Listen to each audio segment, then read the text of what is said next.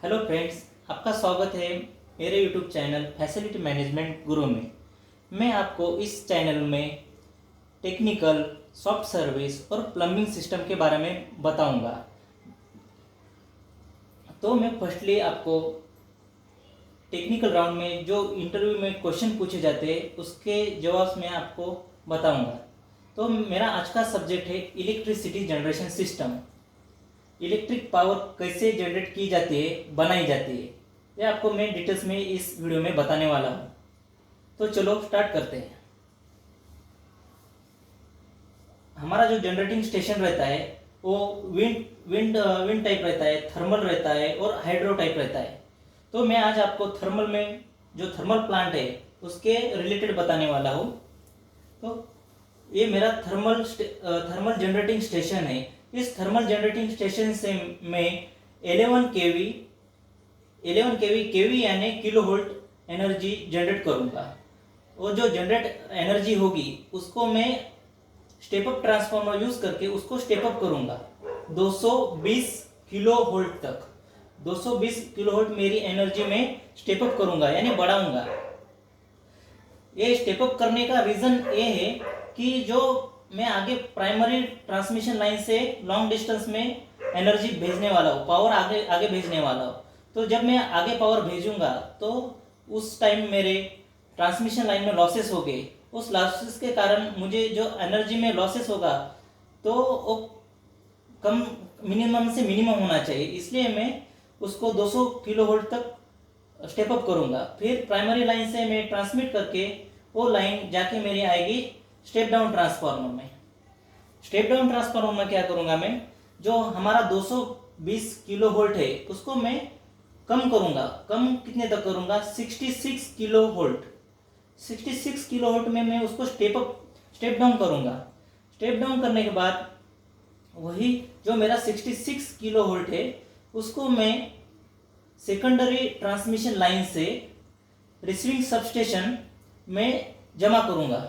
यहाँ तक मेरा रिसीविंग सबस्टेशन में मेरा इधर तक 66 किलो वोल्ट लाइन आ जाएगी।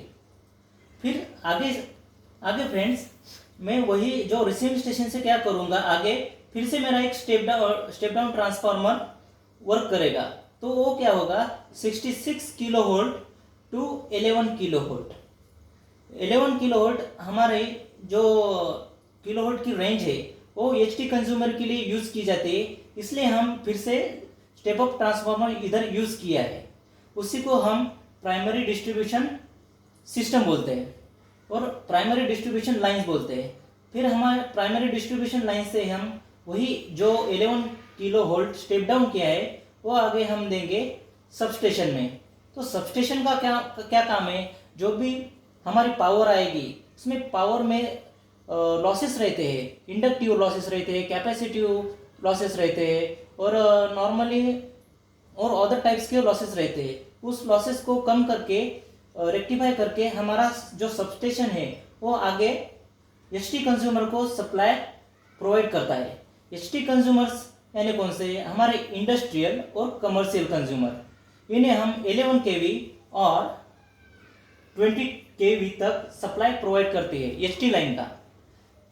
ये हो गया हमारा एचटी लाइन तक। फिर उसके आगे हम सबस्टेशन से होके पोल माउंटेड ट्रांसफार्मर यूज करके हम उसको 11 केवी टू 415 वोल्ट में कन्वर्ट करेंगे और वही हमारी लाइन आगे चल के डिस्ट्रीब्यूशन सिस्टम होके हमारे जो डोमेस्टिक लोड है, डोमेस्टिक लोड्स यानी हमारा जो होम अप्लायंसेस है, जैसे कि एलईडी टीवी, फ्रिज, कूलर्स, यह हमारे सेकेंडरी डिस्ट्रीब्यूशन सिस्टम में आएगा।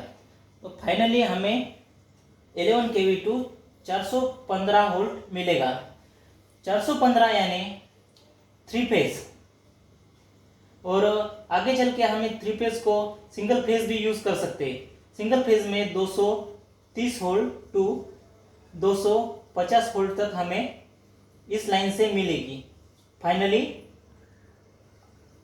हाउसिंग इक्विपमेंट में।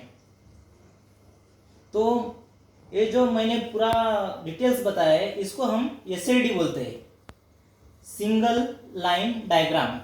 जो सिंगल लाइन डायग्राम है ये हमारी पूरी जनरेटिंग सिस्टम का है। यही क्वेश्चन हर एक इंटरव्यू में पूछा जाता है कि हमें सिंगल लाइन डायग्राम ड्रॉ करके बताओ कि जनरेटिंग स्टेशन से आपके होम तक या एचटी कंज्यूमर तक और एलटी कंज्यूमर तक कैसे लाइन आती है। तो आई होप कि मेरे इस वीडियो में आपके सब डाउट क्लियर हो गए कि कैसे इलेक्ट्रिसिटी जनरेट कैसी होती है, उसका जनरेशन सिस्टम में क्या रोल है, कौन से इक्विपमेंट यूज़ किए हैं, सबस्टेशन क्या है, स्टेप अप ट्रांसफार्मर क्या है, स्टेप डाउन ट्रांसफार्मर क्या है। मैं इस स्टेप अप ट्रांसफार्मर और स्टेप डाउन ट्रांसफार्मर के बारे में और डिटेल्स में आपको मेरे अगले वीडियो में बताऊंगा। मैं आशा करता हूँ कि आपको ये मेरा वीडियो पसंद आया। Thank you.